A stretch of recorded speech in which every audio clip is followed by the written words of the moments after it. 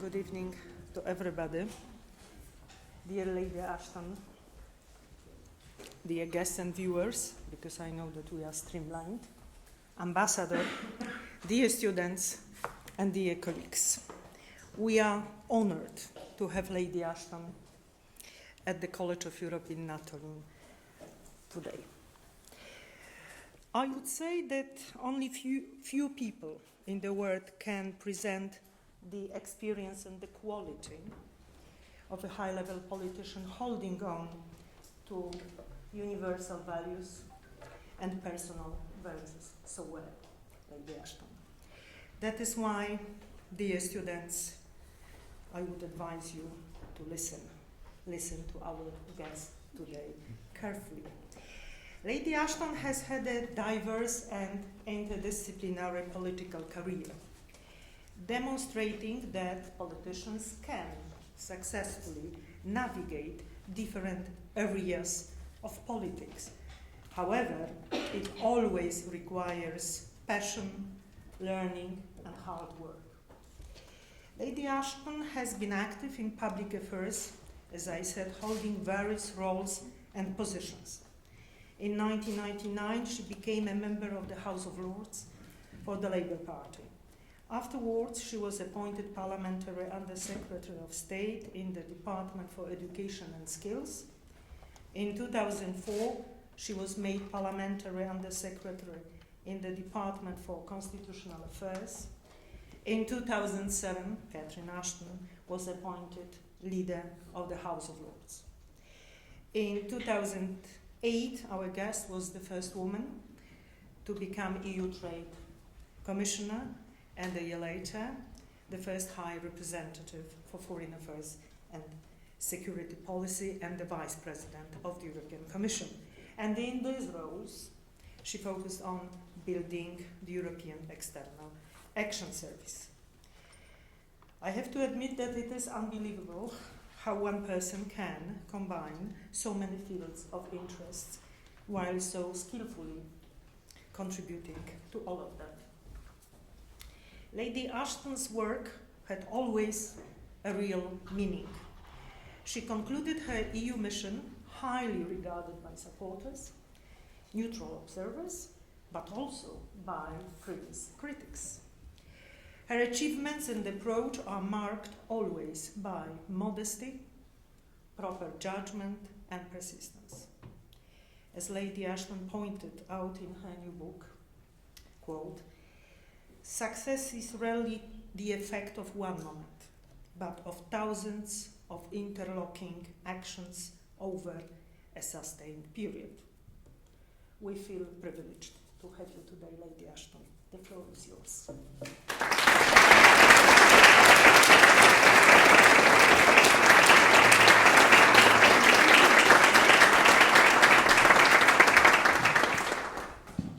So relax, it's only me.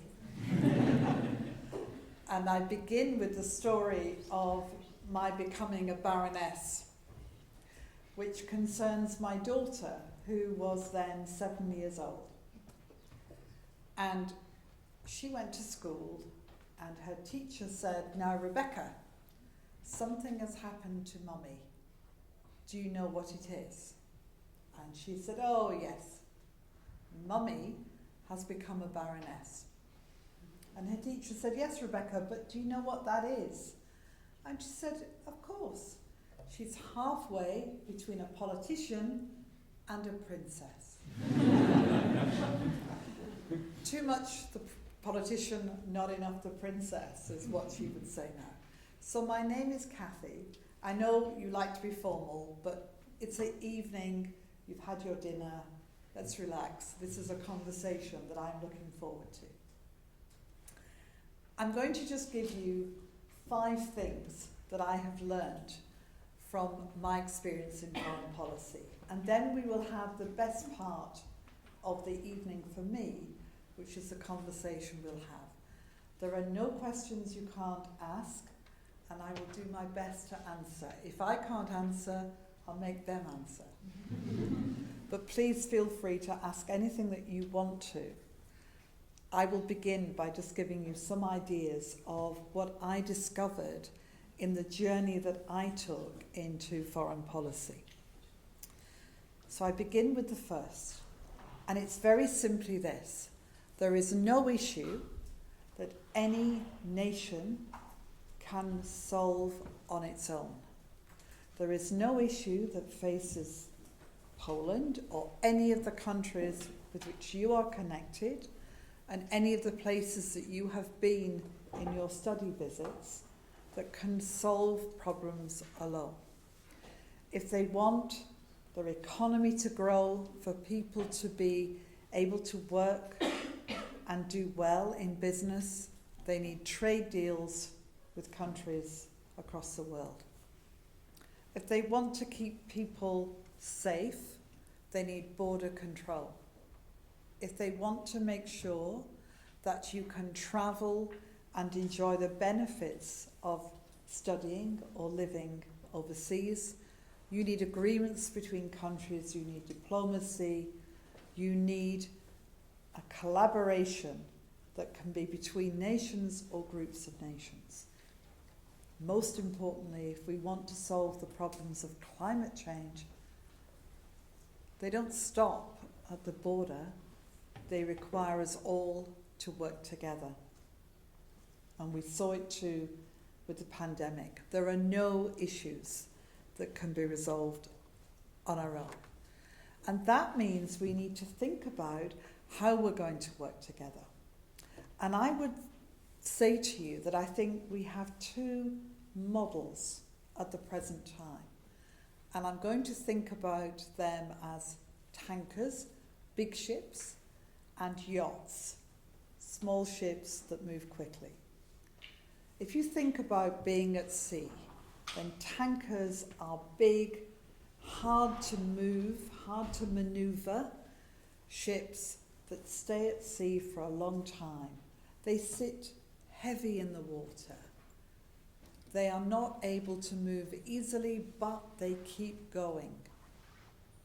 And then you have yachts that move quickly, but they can't stay at sea very long. And if the wind disappears, they don't go very far.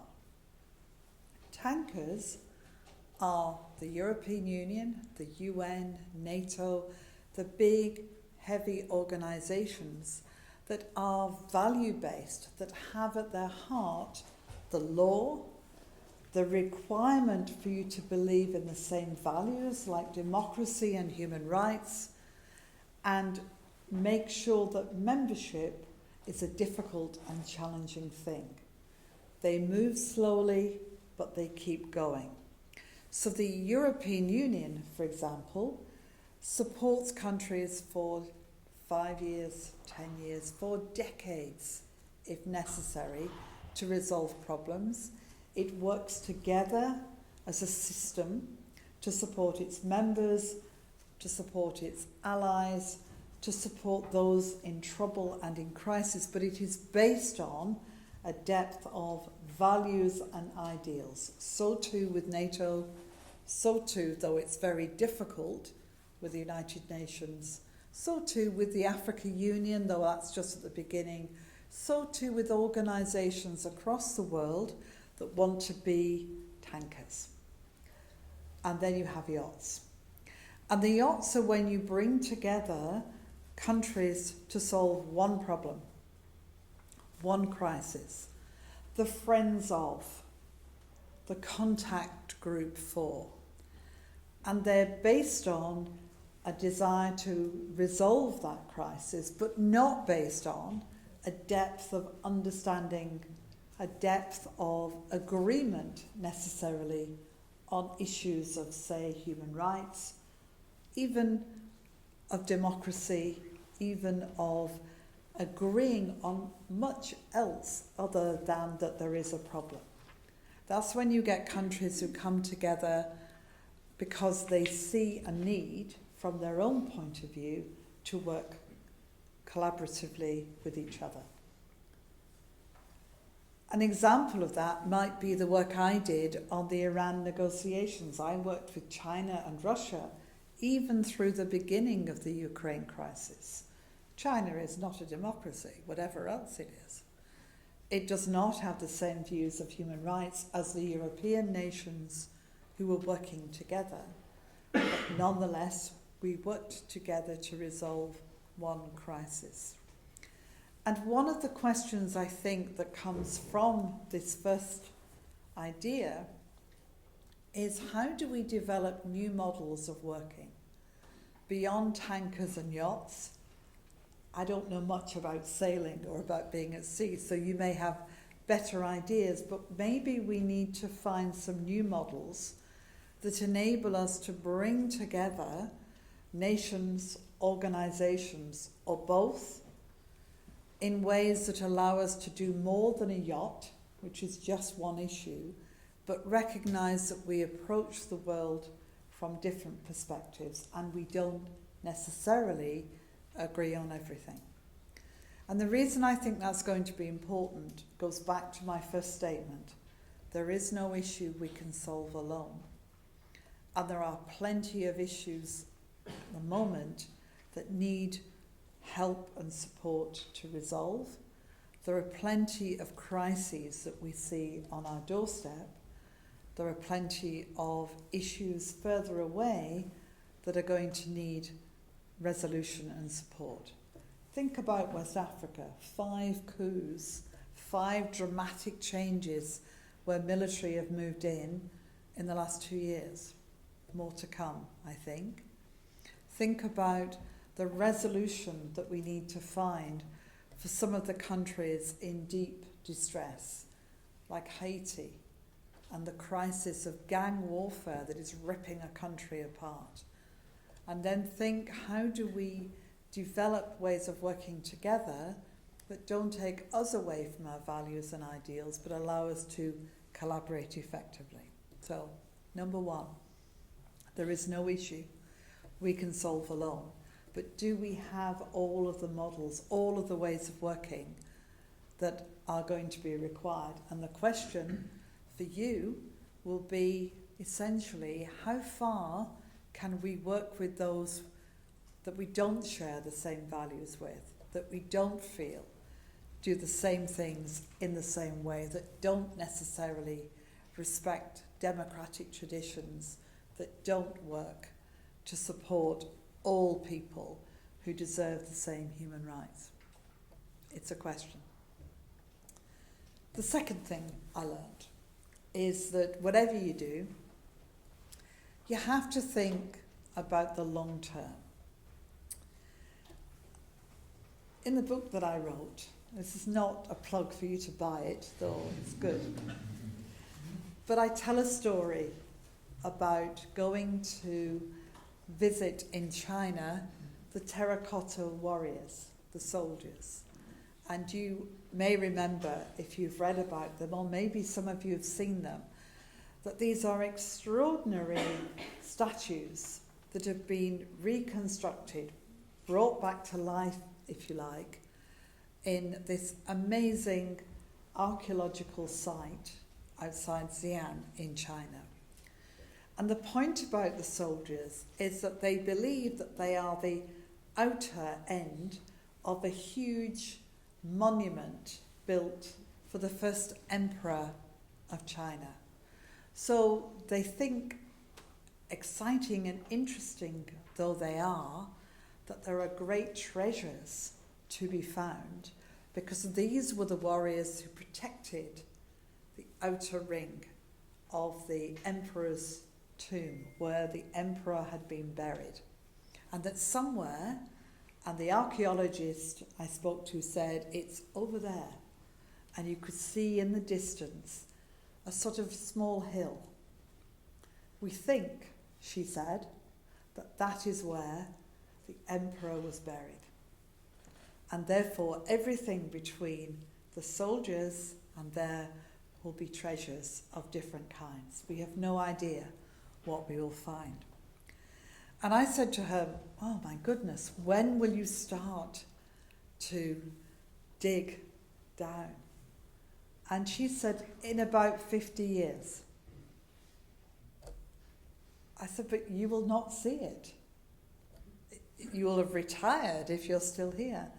And she said, well, yes, but it will take that long for us to do the work to make sure we do it properly. I thought, I'm not sure that we would have been so willing to wait that long. I might have got my shovel out and started already. The point was that it was a bit of a sort of stereotype that China thinks long term. But in truth, it was about people who care about the past and the future, thinking you can't do everything today. You have to allow for time to pass and be prepared to stay there for the long term. And it reminded me that actually we have to think about the long term when we're thinking about the problems and issues that we are dealing with when it comes to foreign policy or security policy or defence policy. It is the drip, drip, drip of diplomacy, the interlocking parts that come together over time that allow you to be able to solve a problem.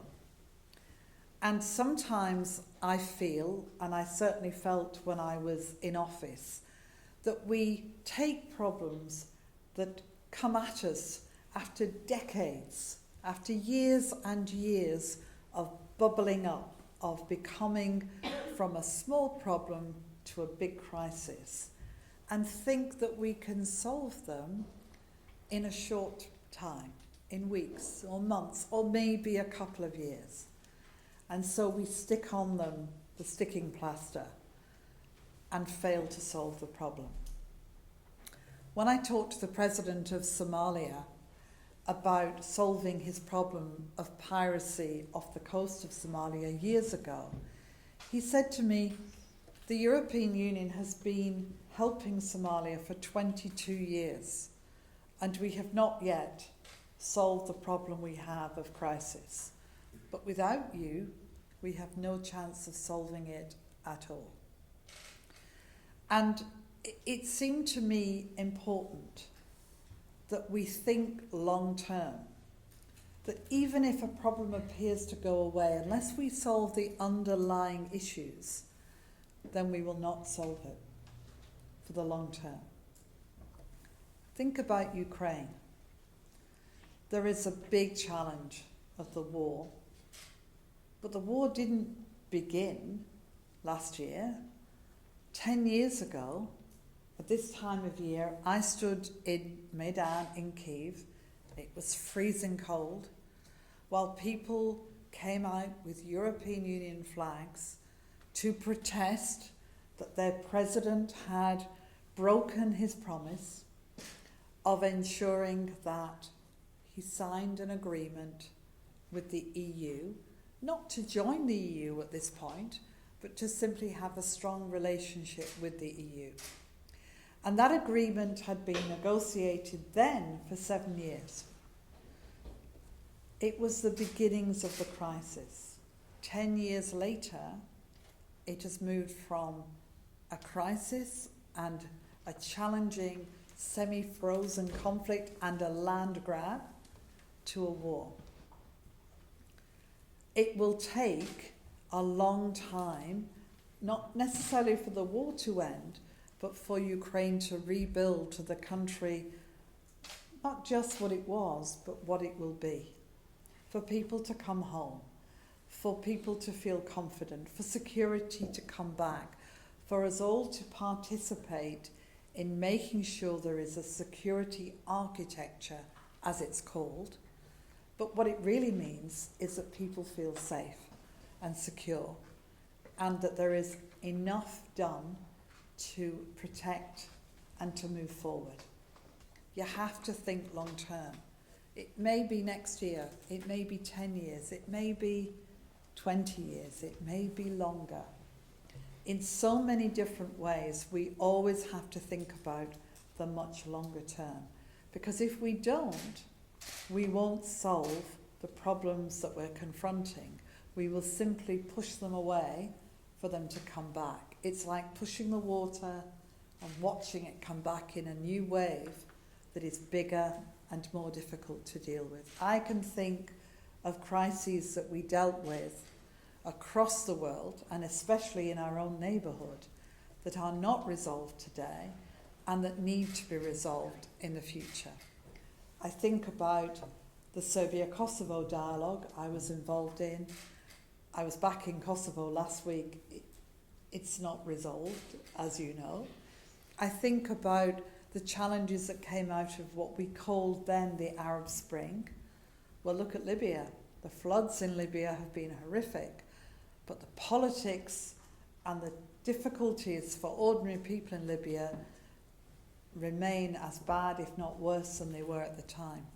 So it really does matter that we think much longer term about the issues that we have to deal with and to be prepared to stick the course, to stay as long as is necessary to resolve that.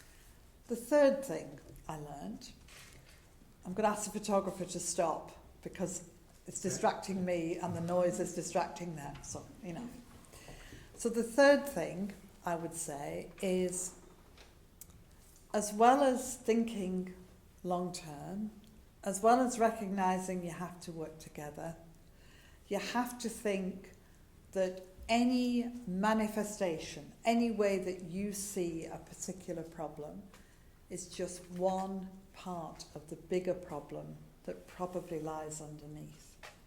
You have to think comprehensively. You have to think about all the different parts of the problem. So, I talk a lot about piracy off Somalia, when 14-year-old boys would go out on tiny little boats onto the rough sea in the basin of Somalia, this huge area of sea, and they would try and capture a ship. And they would do it because they were offered $10,000 each if they could hijack a ship. The alternative was maybe, if they were lucky, $1 a day for work that existed back in Mogadishu or in the villages in which they lived. They were young, they needed work. They were often the only young person in their family able to find ways to provide food and support. $10,000 is a lot of money anywhere. It's a huge amount of money in those circumstances. And they were willing to do it because they could see no alternative. So it was not enough for us to scoop them out of the water and try and find things for them to do, or in some cases with older pirates and pirates who had been attacking ships over time, to lock them up, to prosecute them, to imprison them. It was not going to make any difference unless they had real choices. In a country that had been at war, as I've said, for over 20 years, when I went to Mogadishu, it was an August day. It was a lovely day. It's a beautiful country. It's got fantastic surfing weather. I mean, the waves roll in. If you're a surfer, this is paradise. And from the air, when I flew in on a UN cargo plane, it looks amazing. It's also got luscious green vegetation. You could imagine what you could grow there. And then you land. And the government was able to control 1 mile square, just over a kilometre square of land in Somalia and nothing else. The rest was controlled by Al-Shabaab, by rebels, by extremists, by people who were prepared to kill, certainly prepared to destroy villages to get what they wanted. And here is this tiny bit of land controlled by government. We put the EU flag up there, nonetheless.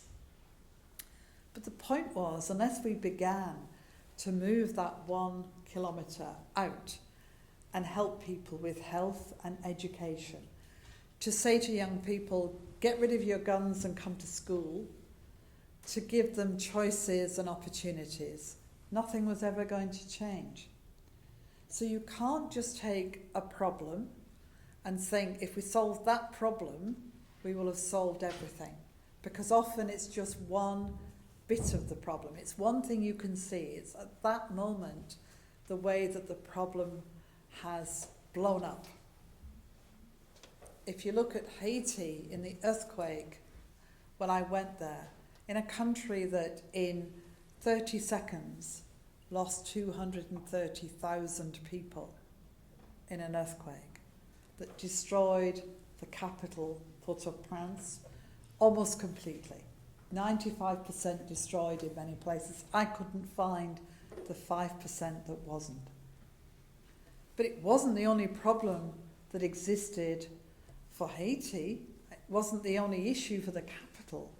The point was that underneath it were all of these difficulties of gangs who were taking control of the country, of a government that didn't know how to govern, of members of parliament who'd never held a job before, never mind being in parliament, of an inability to develop a country.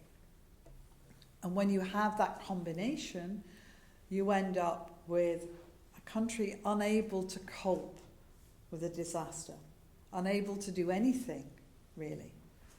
I saw members of the government sitting in half a building. It was half of a police station. The other half was rubble, was in ruins. That's all they had, was half a building and a table.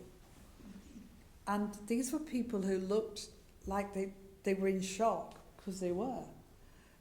And we were trying to say, well, here we are, we're going to help you do this and that. And they could hardly speak.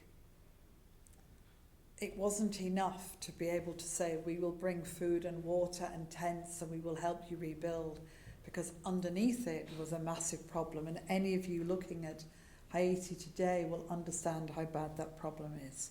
So you have to think, how do we solve not just this bit of the problem, but all of the problem?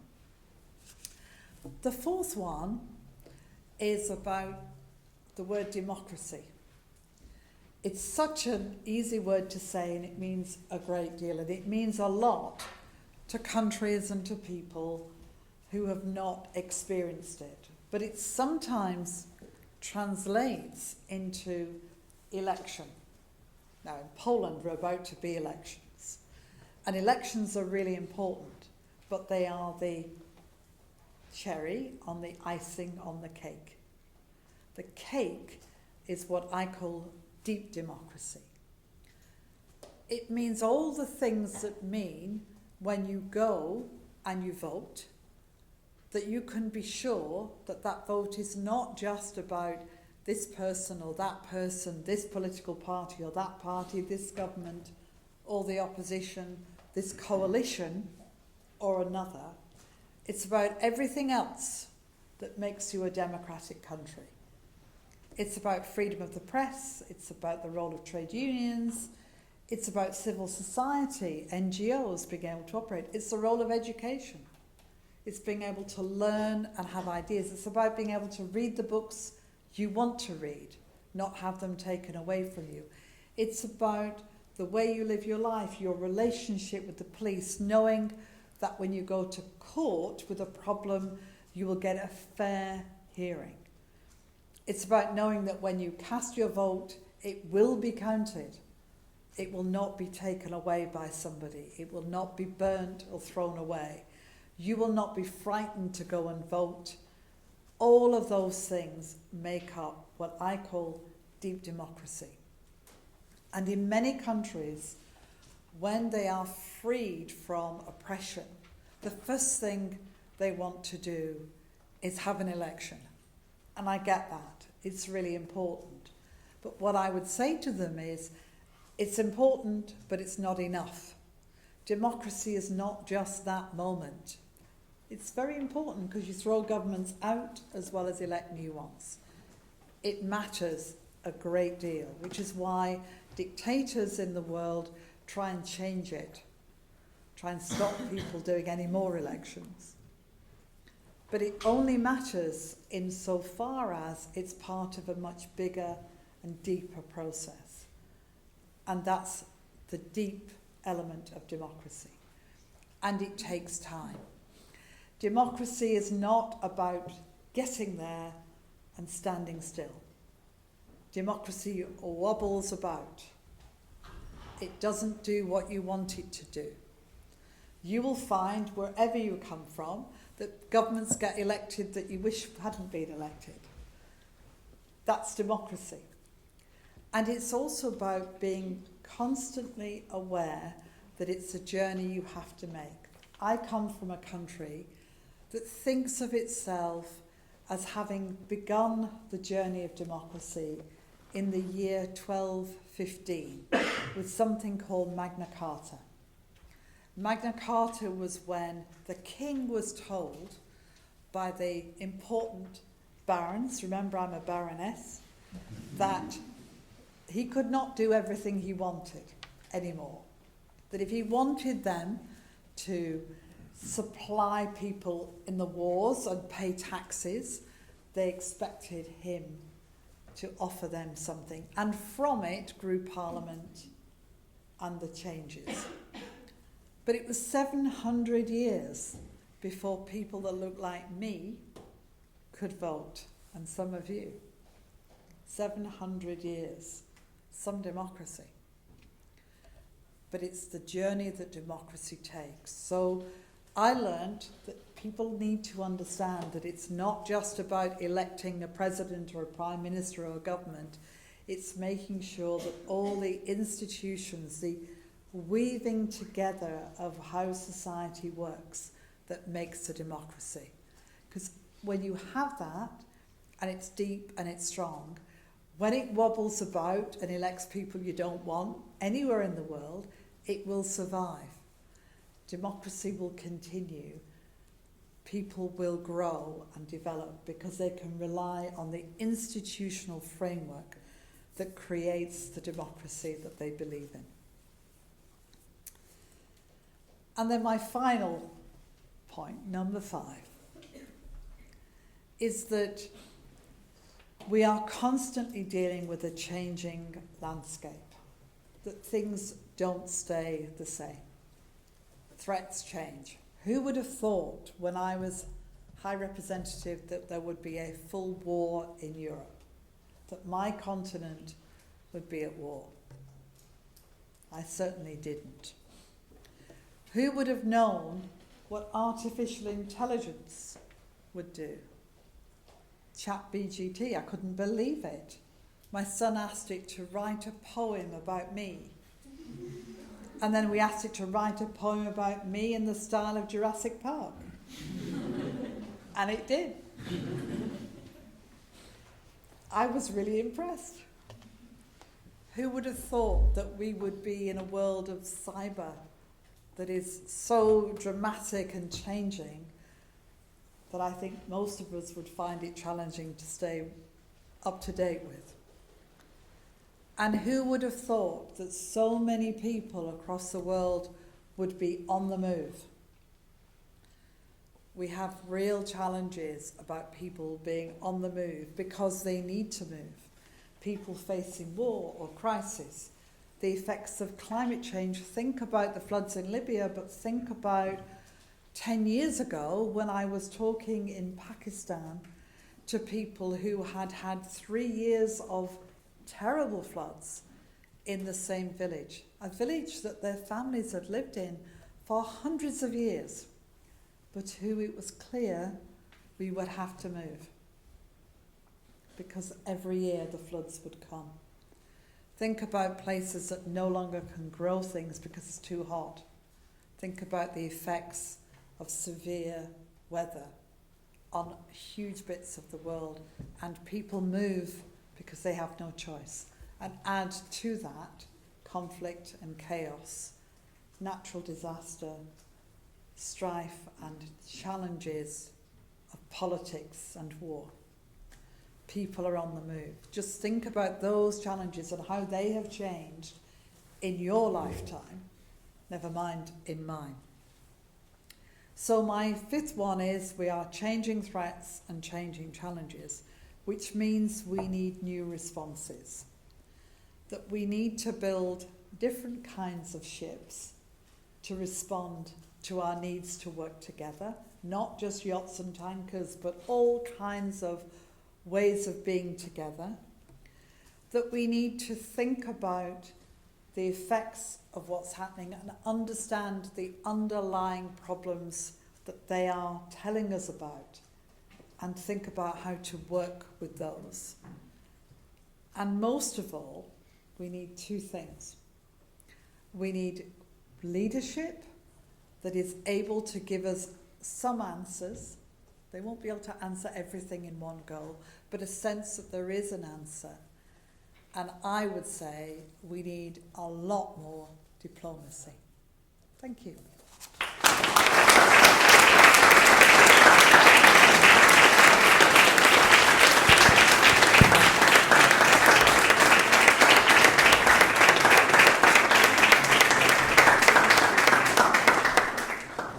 Dear colleagues, we now have the opportunity to have this discussion that Kathy told you she was willing to have.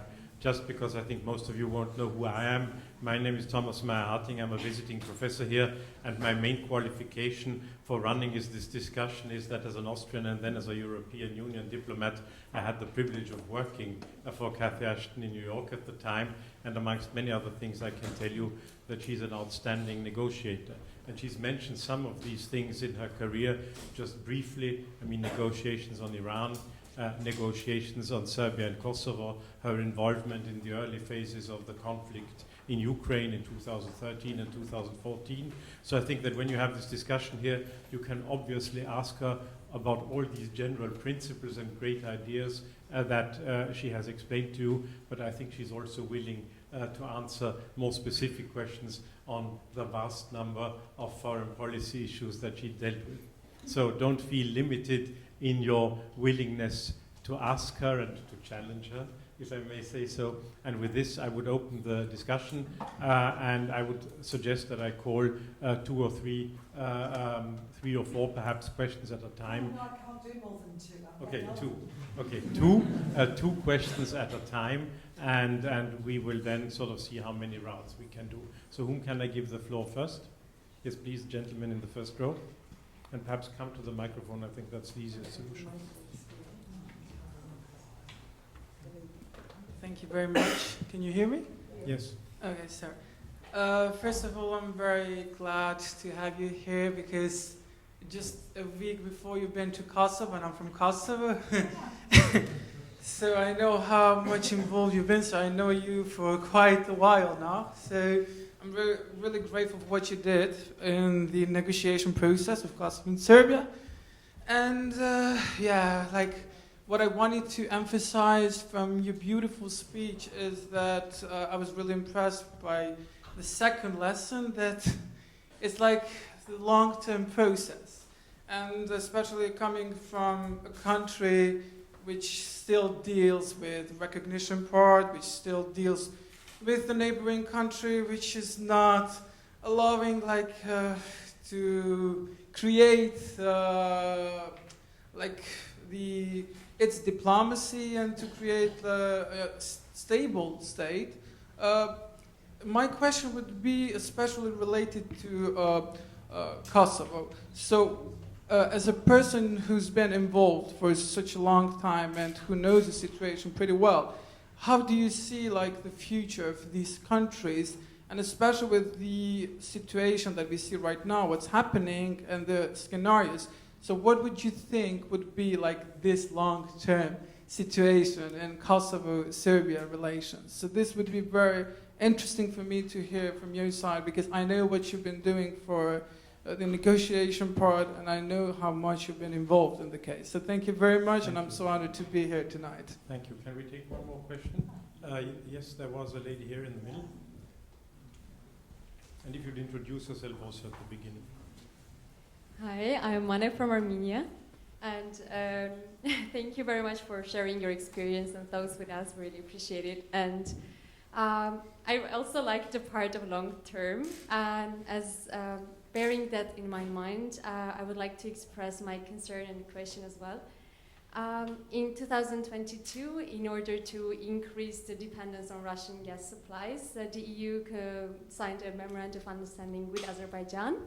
And I wanted to ask you, as a former EU Common Foreign Policy High Representative, and also as a EU citizen, Do you think it was a long-term goal or some long-term ideology of the EU to sign it with Azerbaijan, another genocidal and totalitarian country like Russia? So replace one big totalitarian country with small countries like Azerbaijan or Qatar. Thank you very much. Thank you. These two. What fantastic questions, first of all. And there is a similarity in both of the issues that underpin what you have asked me, which of course is Nagorno-Karabakh and what has happened there, and of course what's happening in the north of Kosovo and the violence and chaos that we see. And you referred to the second thing, the long term. One of the challenges, I think, looking back, is that we don't invest as nations, as organizations, as people really, in recognizing you can't just leave things. They don't get better without a constant vigilance and determination to move them forward, even when you think you've made them better. So the Kosovo-Serbia agreement, Pristina-Belgrade, was important. It was not enough. I knew that. We all knew that. We don't nurture things in the way we should. In Nagorno-Karabakh, we have had organizations, the EU, different countries, the Russians were there, the French were there, the UN was there, for years. But nothing got resolved. And if you look down the road, it is 10 years, I said, since I stood in Maidan, and we did not try and move things forward in the way we should. So here are the lessons for everybody else of what happens when you're not vigilant and you don't keep going to move a small change, a small agreement, to a bigger agreement and a bigger agreement, or to move to try and resolve something that is not even frozen.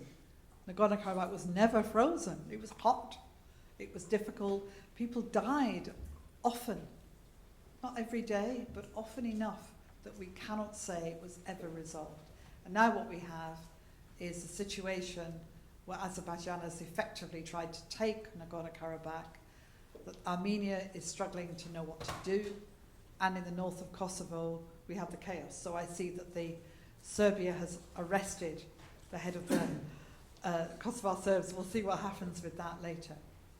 So I think there are two lessons. One, you have to keep going, you can't stop, you have to be vigilant, you have to keep moving. It's easy for me to say to both of you who are trying to live with the situation. And in terms of the specific question about the EU and its determination on energy, when I became High Representative, the first thing I put on my wall was a map of all the places we got our energy from.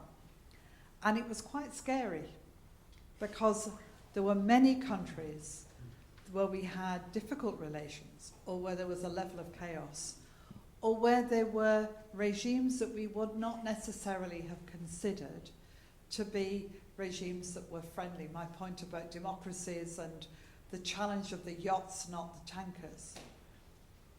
You were always facing that dilemma because as governments and politicians, you have the responsibility to keep your people warm, to provide for them, and to do the best you can. The real challenge of it is not that they signed the agreement in 2022, but that in all the years that preceded, we didn't find a positive solution to Nagorno-Karabakh. Thank you. You see, you can ask two of the most diverse questions, and Cathy Ashton can give you one answer. The gentleman there in the middle.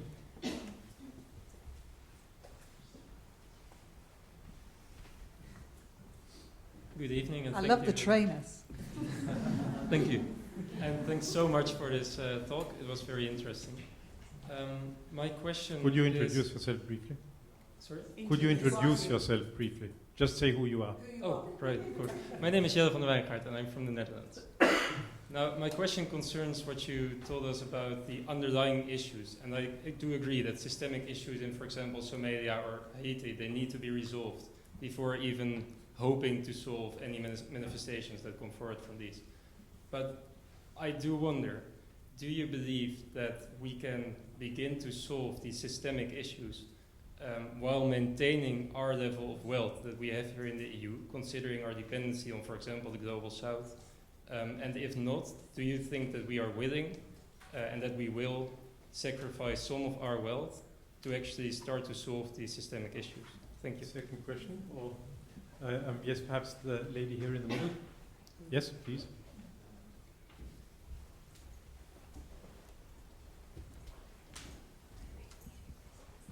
Hi, my name is Angelana and I'm from Greece.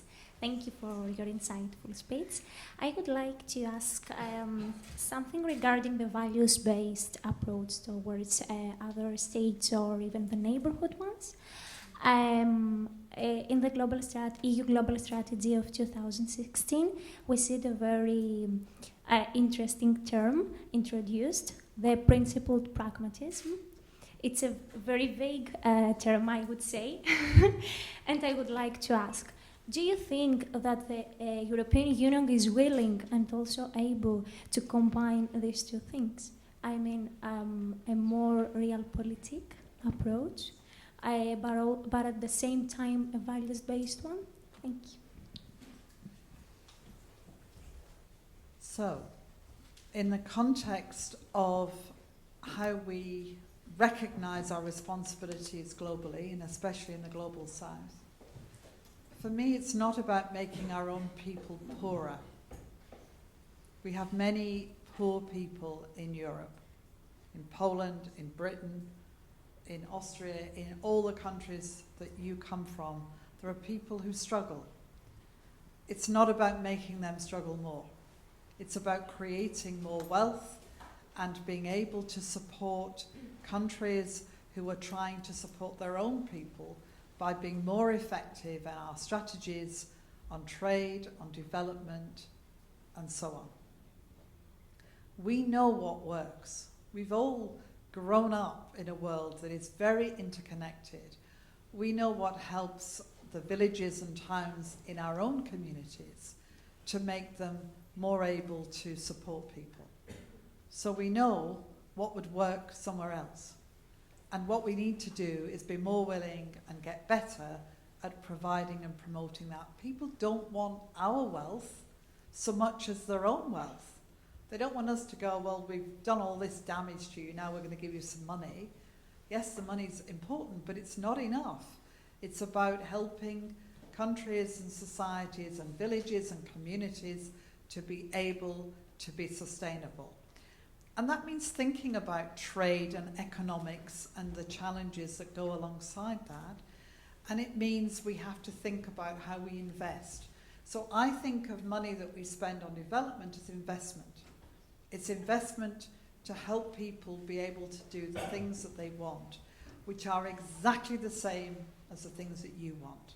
You want to live peacefully, you want to live well, you want to have enough food, you want to be able to enjoy yourself, you want to raise families, you want to get them educated, you want jobs, you want homes, you want to have a life that you don't have to worry where your next meal is coming from, or that you are creating the circumstances where your children or your family are not going to get the care and support they need. Everybody wants the same thing. Nobody in the world, well, maybe a few, but nobody I have ever met across the world wants anything different. We want what you've got, they said to me in Libya. We want what you've got, they say to me everywhere. We just want to live peacefully and our children to be safe. Everybody wants the same. So it's about that level of investment. And it goes to the question about values. And what was it? Principled pragmatism. That's a great phrase. I have no idea what that is. I think what they were, I'd gone by 2016. I'm not taking responsibility. But I think what they were trying to say is what I call the art of the possible. That it's not simply that you can sit here and say, this is what I think, these are my principles, and I will stand by those principles to the point where I will do nothing for the people that I'm trying to help and support. And it means you weigh up all the time the different things you're trying to achieve. yes, you will do trade deals with countries that you don't like particularly. You will negotiate and spend time with people you would rather see in prison. I did a lot of that. You will be prepared to try and support countries where the leadership of those countries you don't want to. But you do it for the people that stand behind them. You do it to try and provide for the people who want what you want and want what you have and make life better. So I've worked with all kinds of countries and regimes that I would really, really rather not. But I haven't done it for them. I've done it because there are people that deserve a better life. And it's finding ways to do that. And often decisions in politics, in foreign policy, in diplomacy, they're not easy. They're 51-49. You know, they're 50 and a half, 49 and a half. They're, if I try this, will it make a difference? And we don't always get it right. So I think what is meant behind that is you're trying to do the best you can and keep the principles you hold, but know that you will deal with things and deal with people that will make that quite challenging at times. Thank you. I think I can take 2 more questions now. There at the back.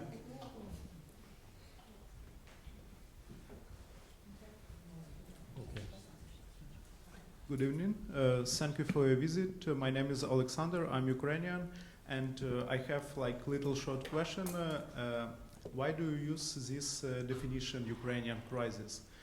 Because in my opinion, it was possible to use definition Ukrainian crisis, for example, in 2014, but it was Russian hybrid war, or for example, we can see crisis on borderland of Poland and Belarus.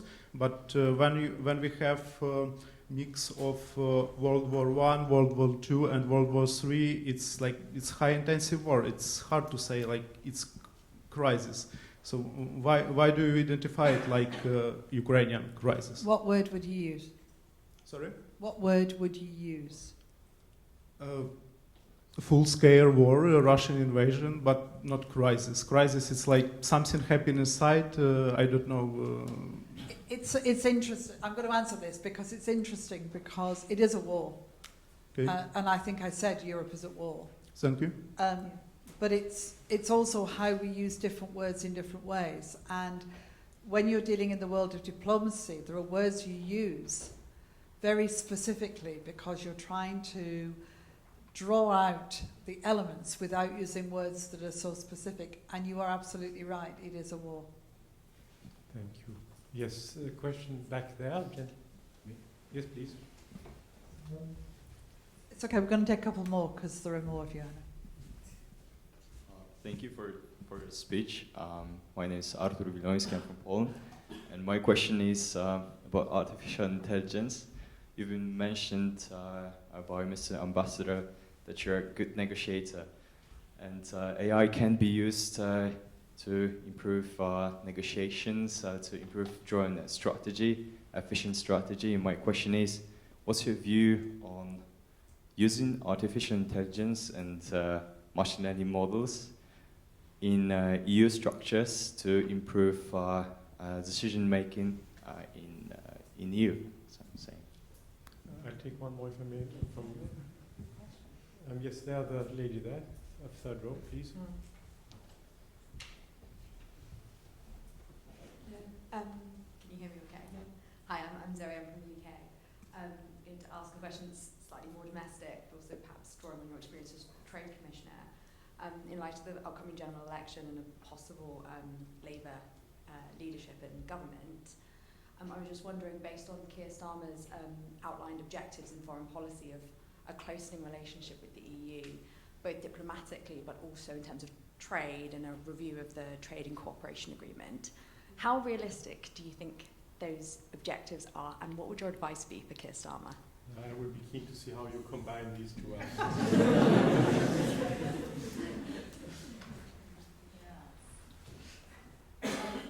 So, well, artificial intelligence might help in all kinds of situations, not least in the UK, in terms of trying to work out what it ought to do. But let me start with AI. I think AI is an incredible tool used well by people who know what it is and what they're doing. So my joke about a poem about me, I could see lots of examples where getting information and bringing it together could be brilliantly done by AI. But decision making is a very different thing. It's an art, not a science. And if you're negotiating, it's the most important attribute is to listen. Not to the words, but what is said in the gap between the words. You all do it all the time. You sit with a friend who's maybe having a hard time, and they don't say it. They pretend everything's fine, but you know. And how do you know? You know because of their body language, of the way they sit. You know because of what they don't say. You know because of the gaps between the words. And negotiation is exactly that. It is working out with what people don't say or what they're saying without saying what is possible. It's working out who can talk to who, how they might do it, and what is possible as a consequence of that. When I met with Serbia and Kosovo for 1 hour between two prime ministers who had never met, they were the same age, they lived only a few kilometers away, but their relationship with each other was like meeting the devil. For all of the reasons historically that many of you will know. It was the most difficult thing they do. They were sweating because they knew back home they would be seen as betrayers by many. They would be seen to have done the unthinkable. But in that conversation, I knew, because of what they didn't say and how they didn't say it, that there was a chance that we could begin a dialogue. And you can't do that with AI. So never forget that one of the things we have as a human computer is we are better and more able to do the thing that is impossible to define, but you know it when you see it. You sit in a room with somebody and you know how they're feeling before they open their mouths and say anything. I suppose this also applies to negotiations via video. In the whole Zoom and Teams world, it's more complicated. You can sometimes pick up things because you can see them. But atmospheres in rooms, again, we've walked into a room and you think, oh, something's not right. You can tell that people have had a row. How do you know? It's the way they sit. It's the way they look at each other. But it's also the atmosphere. The atmosphere you can cut with a knife. Well, how do you translate that into AI? And then there's always a British question. I don't presume to give advice to anybody, though occasionally they ask. The UK made a decision that I would not have made, and it will not surprise anybody that I did not vote to leave the European Union. We are where we are for the moment, and I think what's really important for Britain is to have the strongest possible relationship it can have with the EU. I do not want to see us do a referendum to go back and then a referendum to leave and then a referendum to go back. So we need a plan for the long term. And we need it to be comprehensive in the context of what we plan in our relationship with Europe. And that means thinking about a trade cooperation, whether that takes us one day into the single market or the customs union, I don't know. I don't think we're there yet. But what I'm absolutely confident of is that Britain will not grow and develop in the way that I would like to see it without a much stronger and closer relationship with Europe. Okay, two more, and then I think we need to close. At the gentleman at the very back.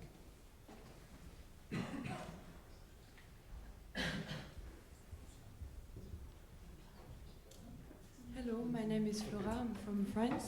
That's fine as well. You wait till the next one, and then we take a third one. Oh, sorry. No, go ahead. Go, that's all right. Please go I ahead. didn't hear where you were from. From France. From France. France, yeah.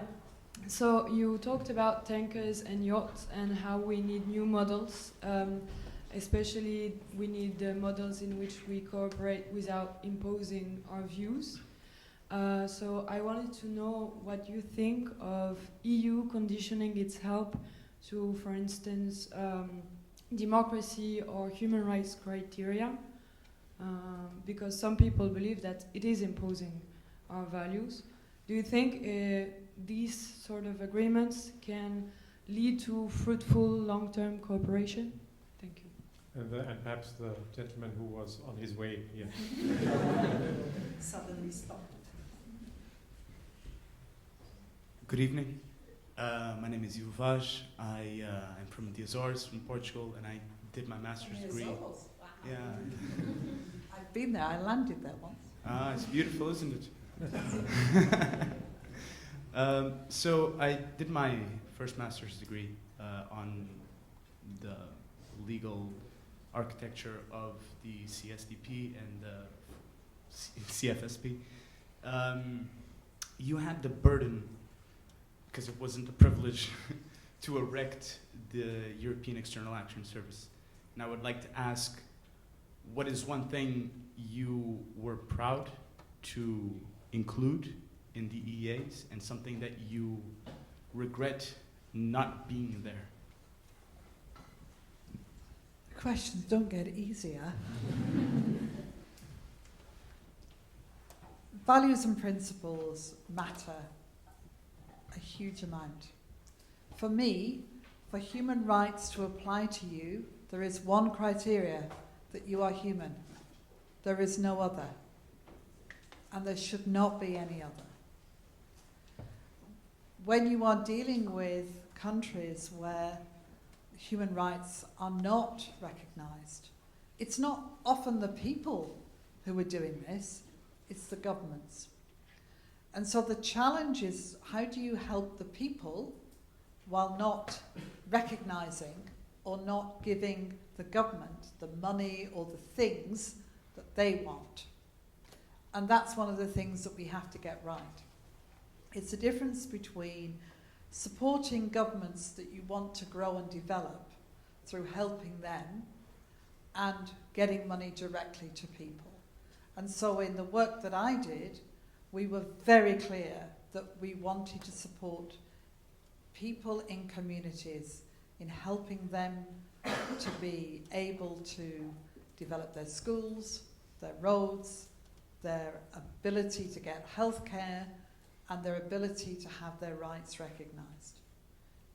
It's hard sometimes, it's not perfect, but that's what you have to think about. If I do not give this government money, is what's going to happen that people are going to get poorer or not get any food or not be able to support their families. So you have to find ways to kind of get round it, which is where some of the great NGO work comes in. NGOs are very good at not having the money go through government, but being able to operate on the ground. And we work with some fantastic NGOs. So for me, it's very simple. Human rights, you're just human, that's it. And democracy is an ambition that we want to see.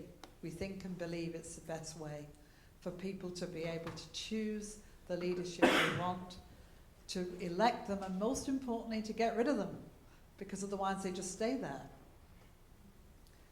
And it's a journey, and you have to try and support countries and communities on that journey, because all of us are still on the journey for democracy.